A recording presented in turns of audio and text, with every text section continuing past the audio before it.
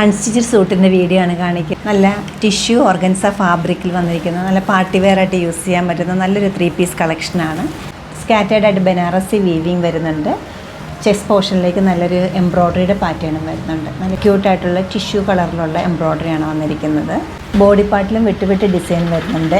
ഹെംലൈനിലേക്ക് വരുമ്പോൾ നല്ലൊരു ബോർഡർ ഡീറ്റെയിലിങ്ങും കൊടുത്തിട്ടുണ്ട്. സിൽവറിഷ് ഗോൾഡ് കളറിലുള്ള വീവിങ് ആണ് വന്നിരിക്കുന്നത്.